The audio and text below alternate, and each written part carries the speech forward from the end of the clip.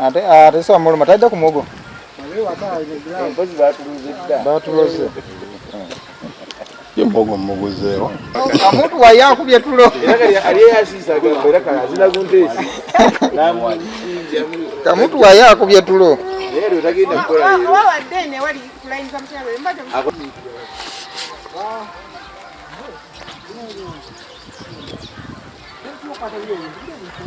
Sajja omukulu n'owaba n'omuwogo obutogoje mu tipi.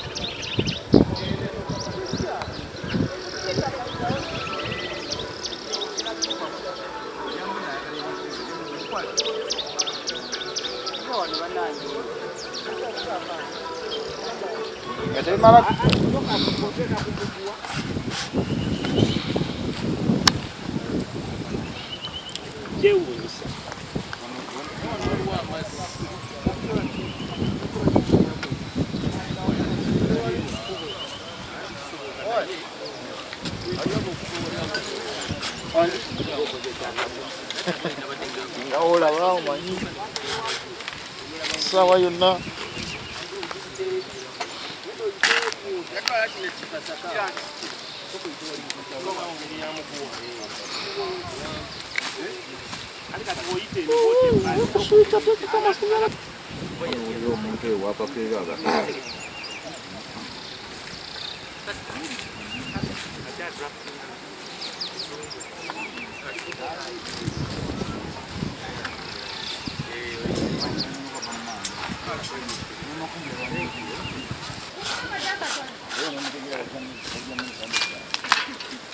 Ani akola ogw'okuyita ebinyonyi. Okimanyi ne ku makya bano batukidde bibadde.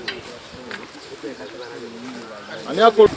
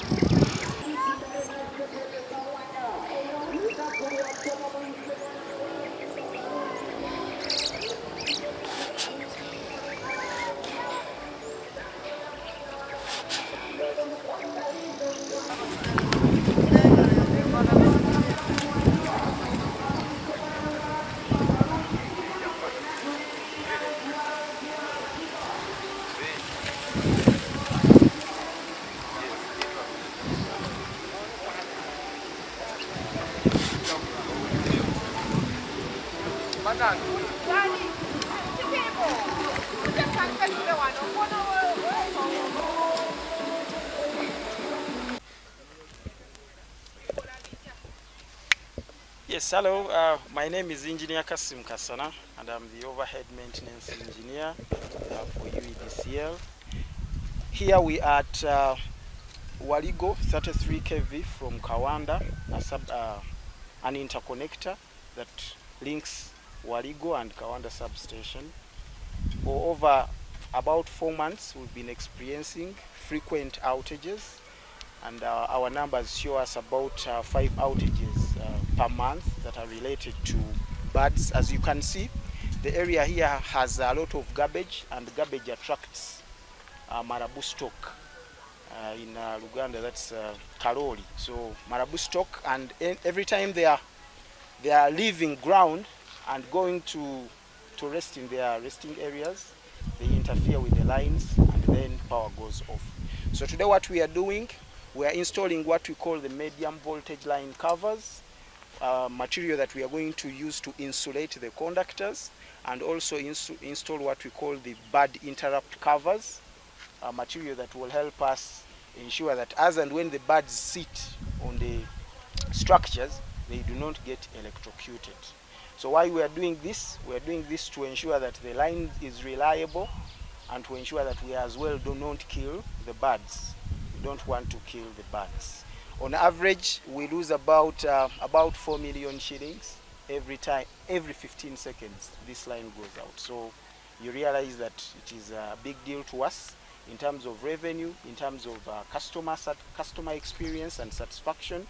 So we hope that at the end of this job here, the customers served by this line will actually have very good experience and they will love us. Thank you. It is on the Nakuwade area. That is Mutundwe 33 kV from Mitiana 33 kV from Mutundwe, and we installed the same material. That area has a butcher, so the remains of the abattoir, it's abattoir. The remains of the abattoir attract the marabou stock, and they end up still interfering with the line. So we first, before we came here and other areas, we first tried it out there, and it has actually done a very wonderful job. Instead areas, people who do not want to cut their trees, when we install these materials, when we insulate the conductors, we can still have the line coexisting with the environment. So what we want to improve is the robustness of our network and ensure that actually we coexist the environment and the network. That's what we want to do. Is it at a specific point, or is it over a distance? We are going to do 300 meters. We are going to do 3 spans. If you could point the other side, but if you can't, we're going to install these materials on what we call 3 spans, 300 meters of the line, because we've realized from our observations that those are the points where the birds keep playing. Then you experience these outages at least 5 times a month. For how long do they last each time you experience it? Now the outages that are caused by birds don't last long. A number of times when a bird dies and it gets off the line, when we try to reclose the line, it will be successful and power will come on. But the danger there is in the continuity in production for our industrial customers. Every time the power flickers, every time the power fluctuates, it actually damages their machines, and you end up they end up losing business. And then that comes into infuriating the customers. So we want to ensure that our customers have a very good service, have a very good experience, and do away with all of this. And you realize that these account for about 90% of the outages that we've been having on this line.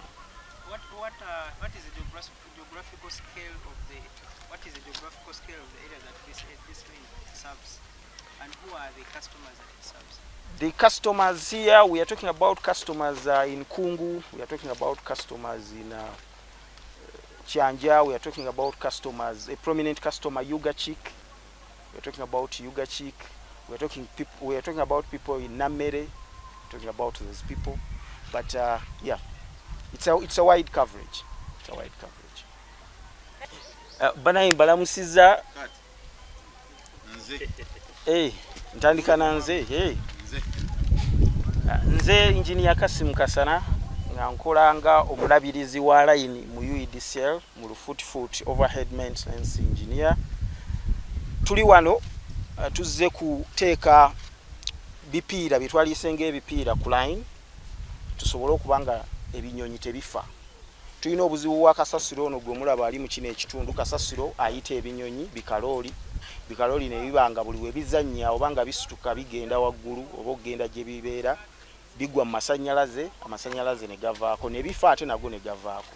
Amasannyalaze ago buli we gavaako gonoona ebintu by'abantu era naffe gatufiiriza ssente ate era gafiiriza n'abantu ne bakasitoma baffe ssente.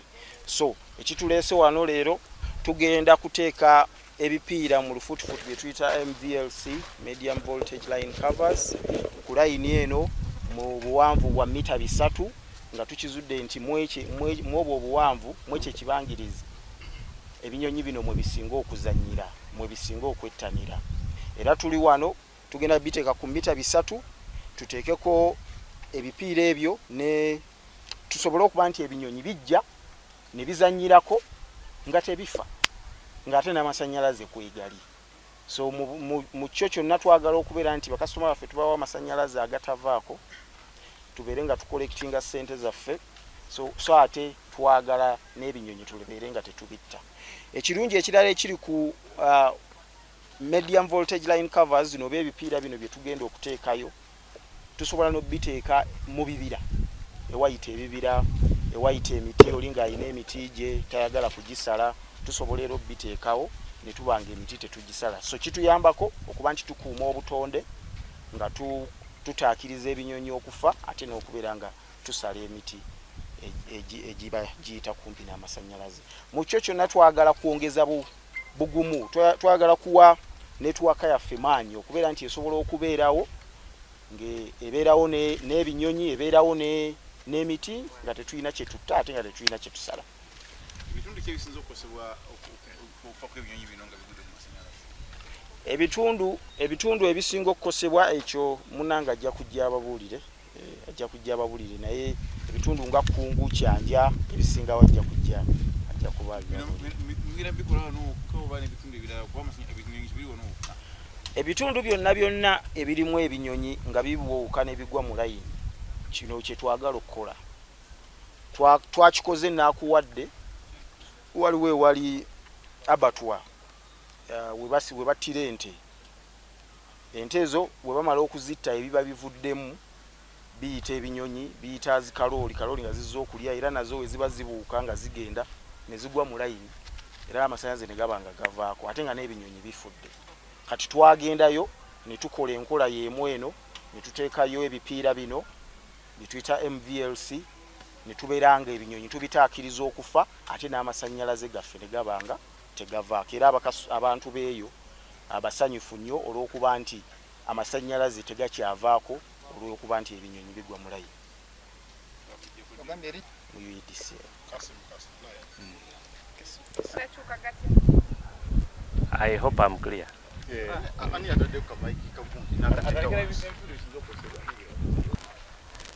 Good afternoon.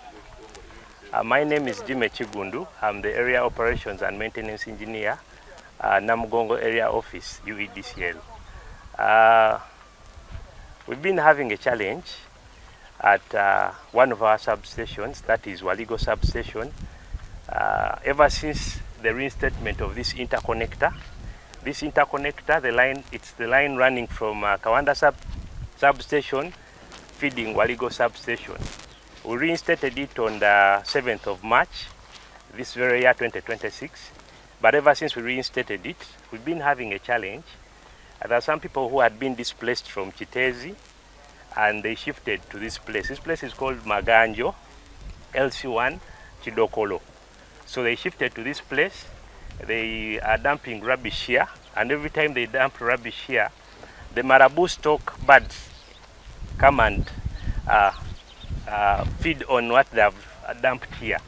But every time they are feeding on these dumped rubbish, what happens is when the heavy wind comes and is blowing, these birds fly into the conductors. And when they fly into the conductors crash. And when the conductors crash, the Waligo substation goes off. And when it goes off, so many customers question us why power is off. And we engage the local community, the people who are doing this business. When we engage them, we ask them what happens, what transpires when these conductors are crashing. And they told us that every time those conductors crash, there is a bird that dies. So at this project, was pushed to ensure that we improved reliability at Waligo substation. That is, when these birds fly into the conductors don't crash, and at the same time, we don't lose the wildlife, the birds, we don't lose them.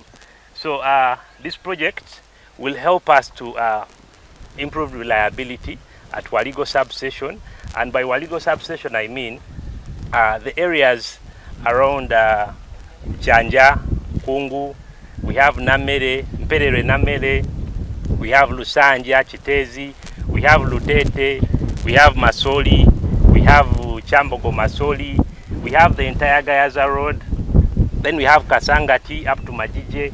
All those areas. We also have Seta Magere. All those areas are being served by Waligo substation. That is around 25,000 customers going off because a bird has flown into the what?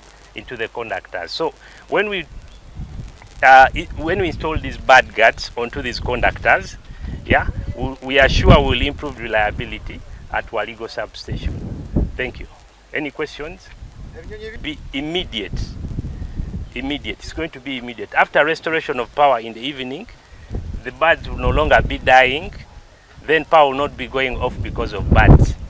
So we are sure power will be stable at Waligo substation, and the on and off that we've been experiencing and the intermittent supply will stop at Waligo substation because of these birds. Thank you. The areas that are affected whenever a bird flies into these conductors are, we have Kungu, the entire Kungu goes off. We have Chanja, the entire Chanja goes off. Komamboga, yeah, Kanyanya. Then we have Mperere, Namere, Lusanja, Chitezi, Chidokolo, yeah. Then we also have the entire Gayaza Road, yeah. Then we have Masoli, Lutete. We also have Seta Magere, Kazinga. All those areas go off, yeah, whenever a bird flies into the conductors. Thank you. Affected nga ekinyonyi kikaloli kigudde mu waya Biibino wammanga. Tuyina Kungu, tuyina Chanja, Komamboga, Kitala, Kanyanya, tuyina Mperere, Namere, Lusanja, Chitezi, Chidokolo, tuyina Masoli, tuyina Chambogo Masoli, tuyina Seta Magere, eyo nayo nabavaako, bonna bazikira ng'ekinyonyi kigudde mu waya. Amanya gange nze Jime Kigundu, nga nze Area Operations and Maintenance Engineer wa Namugongo Area Office UEDCL. Namugongo Area Office erimu substations 2, mulimu Namugongo substation ne Waligo substation. Naye Waligo substation gye tuzo okwogerako olwaleero, line eno gye tutunuulira ndi emabega ye gabira Waligo substation eva Kawanda, kati wano weeyita mu Maganjo LC1 Kidokolo. Abantu be bagoba okuva mu Kiteezi abaali baterekayo kasasiro basenguka ne bajja wano, kati kasasiro be bamuyuwa. Naye okuva lwe basenguka ebinyonyi bikalooli nabyo ne bijja nabo, kati bikalooli bya kasasiro ono gwe bayiwa wali fresh, kati buli we bimulya empewo neebanga ejze nga y'amaanyi bibuuka mu bbanga olw'okuba bibeera bingi ne byetomeragana, then ne bimala ne bigwa mu waya. Bwe bigwa mu waya, conductors zino ne zicrashinga. Conductors we zeegatta, substation ya Waligo yonna ezikira. Substation eno egabira bakasitoma roughly emitwalo 2 n'ekitundu.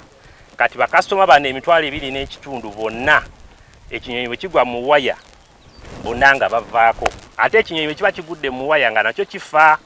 So kati project eno tugitaddewo okutangira ebinyonyi bino okugwa mu waya. Ekirala bwe babigudde mu waya bireme kufa.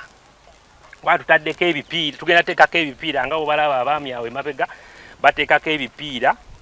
Ebipiira bino okuziyiza ebinyonyi bino okubeera nga bwe babigudde mu waya tebifa. Ate n'ekirala waya we ziba zeegasse substation ya Waligo tezikira.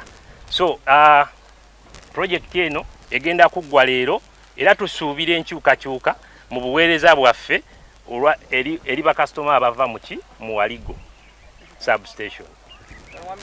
Tulinamu ba industrialists, tulinamu nga UEDCL omu ku bakasitoma abanene ku substation. Tulinayo Zakayo ali awo mu ba millers, bakasitoma ba millers awo bonna. Waliwo Agri-Exim ali awo mu ba millers. Tulinamu bakasitoma, tulinamu estates ez'abakasitoma abo tubateeka mu domestic. Tulinamu nga Katalemwa estate, Birungi estate, abo bonna. Amrena Mall, tulinamu bagita batya around Amrena Mall, tulinamu amalwaliro nga St. Stephen's Hospital, St. Peter's Hospital, tulinamu amalwaliro.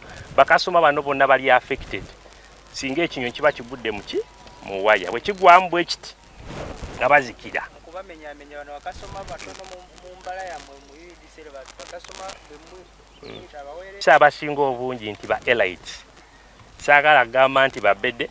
Tetulina kasitoma mutono mu UEDCL, buli kasitoma munene, naye abasinga obungi mu UEDCL mu kitundu kino ba elites, naye temuli mutono.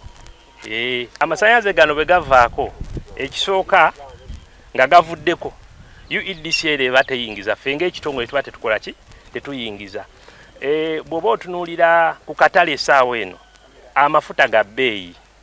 Kati amafuta gano bwe gaba nga ga bbeeyi, ba industrialists, petrol stations ezisinga nga amasannyalaze gano gavuddeko, zidda ku mafuta, ate amafuta gaaki ga bbeeyi.